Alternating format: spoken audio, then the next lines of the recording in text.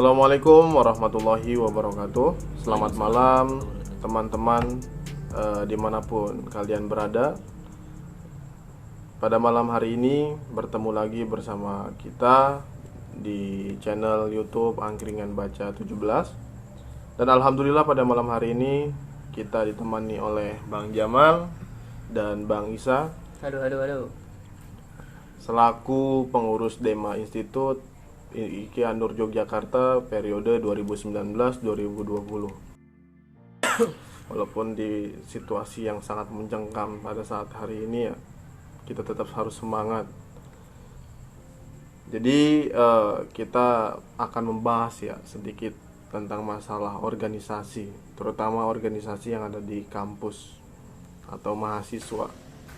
Organisasi kan sebagai mahasiswa, organisasi pembelajaran merupakan sarana terbaik bagi mahasiswa untuk belajar berorganisasi, berpolitik, dan mengembangkan minat serta bakat yang dimiliki oleh setiap mahasiswa. Begitupun keberadaannya di lingkungan kampus memang sangat penting adanya. Karena dengan adanya organisasi, mahasiswa bisa sama-sama mengembangkan dan mengaplikasikan segala teori-teori yang didapatkan di bangku perkuliahan, terutama mengenai teori kepemimpinan, kebebasan mengemukakan pendapat, dan teori lain seputar organisasi. Sehingga organisasi kemahasiswaan menjadi tempat terbaik untuk pembelajaran demokrasi. Contohnya ditetapkan dalam Kemendikbud nomor 155/U/1998 tentang pedoman umum organisasi kemahasiswaan di perguruan tinggi. Pasal 1 menyebutkan bahwa organisasi kemahasiswaan intra perguruan tinggi adalah wahana dan sarana pengembangan diri mahasiswa ke arah perluasan wawasan dan peningkatkan kecendekiawanan serta integritas kepribadian untuk mencapai tujuan pendidikan tinggi. Nah, jadi kita akan membahas Bang terkait masalah organisasi mahasiswa. Mau membahas mahasiswa yang ada di kampus jenengan-jenengan atau dan lain sebagainya, silahkan.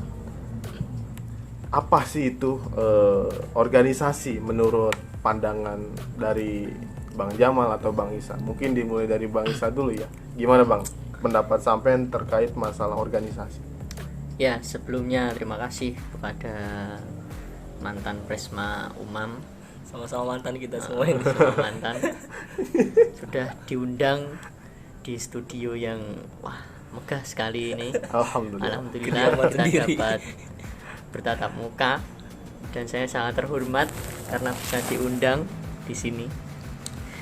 Sebenarnya tema pada malam ini itu saya sudah cukup bosen. Yang dibahas itu malah organisasi terus. Sampai saya itu bosen dari semester awal kuliah sampai udah lulus itu loh. Selalu kalau ditanya, ketika orang tanya itu gimana organisasi. Mungkin ada dari teman-teman, beberapa teman-teman yang bosen juga ketika membahas organisasi, tapi juga ada yang suka. Tapi memang kalau kita ambil kesimpulan, kita pikirkan ulang, ketika kita ngomongin organisasi itu nggak kerasa dan memang nggak ada bosennya. Bahkan waktu itu berjalan lama itu nggak kerasa. Itu yang sudah saya sempat rasakan. Cuman ada beberapa nanti di sini mungkin saya akan lebih ke jalan yang lebih menyimpang ya. Setelah saya merasakan organisasi itu seperti apa, saya nanti akan berpendapat bahwa organisasi itu nggak penting. Itu. Nanti saya akan berpendapat seperti itu. Oke. Tapi pendapat ya, namanya pendapat kan terserah yo. Iya. Ya, namanya pendapat yo. Siap, Gitu. Betul. Cuman ketika kita menarik dari, nanti kita juga akan bahas perspektif apa sih organisasi yang akan kita bahas di sini itu. Soalnya kan kalau dilihat dari kacamata santri udah beda, kacamata masyarakat udah beda, kacamata mahasiswa udah beda. Nah, kalau kita mau tarik dari definisi itu sendiri, mungkin organisasi itu kita hidup udah organisasi, kita di keluarga udah organisasi gitu. Itu. Jadi di masyarakat ada organisasi, di kampus ada organisasi. Nah, mungkin di sini nanti kita akan lebih bahas spesifik tentang organisasi kampus. Ya, ya. Ya. Sepakat Pak. Nanti mungkin kalau dari Jamal mau membahas dari apa namanya sudut pandang santri juga nggak masalah. Siap. Mas saya di sini akan membahas tentang sudut pandangnya mahasiswa, organisasi di mahasiswa gitu. Nah, sebelum saya bilang saya nggak sepakat dengan orang yang mengikuti organisasi, nah nanti saya paparkan sedikit nih kenapa kok saya bisa berpendapat seperti itu. Oke. Gitu. Dan yang pertama ya, mungkin kalau organisasi itu lebih banyak manfaatnya, memang negatifnya itu lebih sedikit. Tapi ketika kita resapi negatifnya, itu bisa jadi orang ketika melihat dari sisi negatif, itu orang langsung ideologinya itu langsung masuk. Itu. Kalau menurut teori itu sendiri, George R. Terry, nah itu nggak bisa saya fasih ngomong Inggris itu. Itu organisasi itu ya, yang pertama itu jelas perencanaan, ya toh. Perencanaan dalam keluarga itu udah merencanakan mau melahirkan anak itu udah direncanakan. Siap. Iya toh. Program KB itu ya. Kan sebelum nikah udah ada rencana gitu loh. Iya, benar. Aku mau nikah. Nah, rencana kan udah awal itu aku mau nikah. Setelah itu perencanaan diaktualisasikan, dilaksanakan, ya toh. Iya. Sebelum kita menginjak ke aktualisasi, jelas diorganisasikan. Sebelum nikah, wah kita harus membentuk panitia nikah, ya toh. Siapa yang mau jadi konsumsi? Iya. Nah, ya kan. Pihak keluarga dijadikan habis kepanitiaan. Habis itu dilaksanakan hari hanya, ya toh nikah.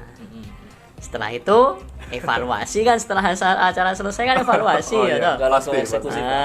Enggak, ntar evaluasi dulu dana habis berapa ya toh. Iya, benar. Selesai itu organisasinya udah selesai.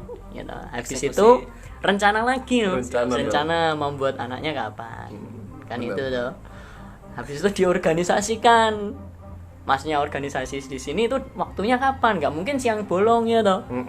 Masih cari waktu yang pas, kemudian dilaksanakan. Habis itu dievaluasi hasilnya seperti apa anaknya ini. Wah, anaknya kurang cocok ini, berarti ada yang salah.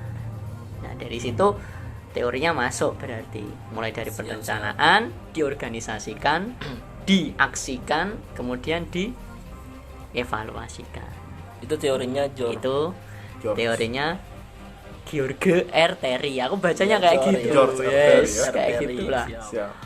Pembacaan dari George R. Terry ya, dari Bang Isa ini. Ya, itulah. terkait organisasi. Itu terkait definisi organisasi menurut saya. Iya. Siap. Itulah. Terima kasih.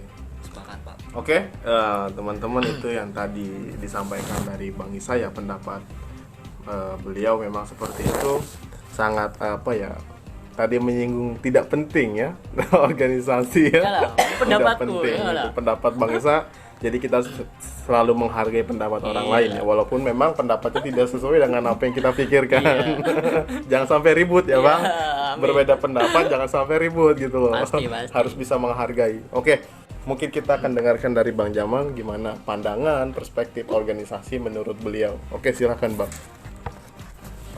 Selamat malam semuanya. Oke. Ya, tadi pandangan menurut Jor. Saya kan mahasiswa tafsir, Pak.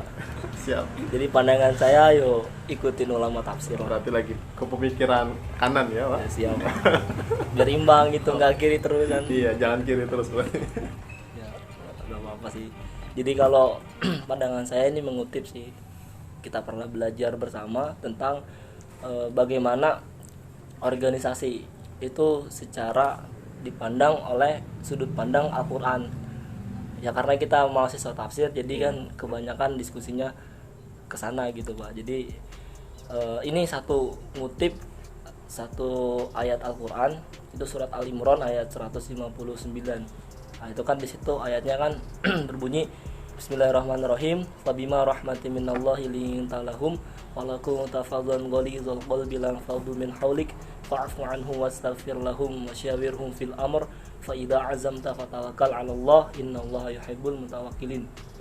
Nah ini yang jadi rujukan itu tokoh tafsir kita sendiri Pak Quraish Shihab. Semua pasti maklum ya sama beliau. Nah Pak Quraish Shihab itu menafsirkan ayat ini tuh sebenarnya ayat ini awalnya menjelaskan tentang permusyawarahannya Nabi dengan kaum muslim itu sebelum melaksanakan perang Uhud.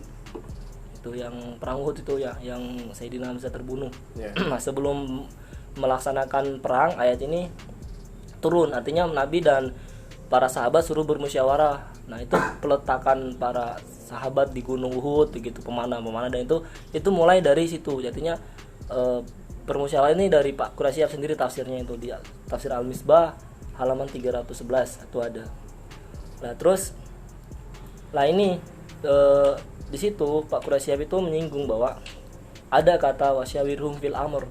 Nah wasyawirhum fil amr ini kan asal katanya kan dari syawara, yang artinya itu mulai berarti mengeluarkan madu dari sarang lebah, itu awal katanya. Ini dari tafsirnya beliau. Terus nah kata ini berkembang, cakupannya mencakup pengertian segala sesuatu yang diambil atau yang keluar dari yang lain gitu. Artinya apapun yang keluar dari sesuatu itu. Nah termasuk pendapat itu. Jadi dari sini, dari kata musyawarah ini artinya kan ada pendapat yang bisa diambil. Itu satu titik. Berarti dalam apa itu organisasi, yaitu cara kita mengambil pendapat dari banyak orang bermusyawarah dalam situ itu. Artinya apa yang disebut organisasi adalah bagaimana cara kita bermusyawarah. Nah, musyawarah di sini yang jadi tolak ukur bahwa organisasi adalah bagaimana cara kita untuk bermusyawarah, ketika musyawarah menemukan mufakat dan nanti ditarik kepada tujuan bersama. Itu satu titik. Terus yang kedua, ini dari sudut pandang paradigma, ternyata organisasi itu adalah bagaimana cara kita berparadigma. Artinya kalau kita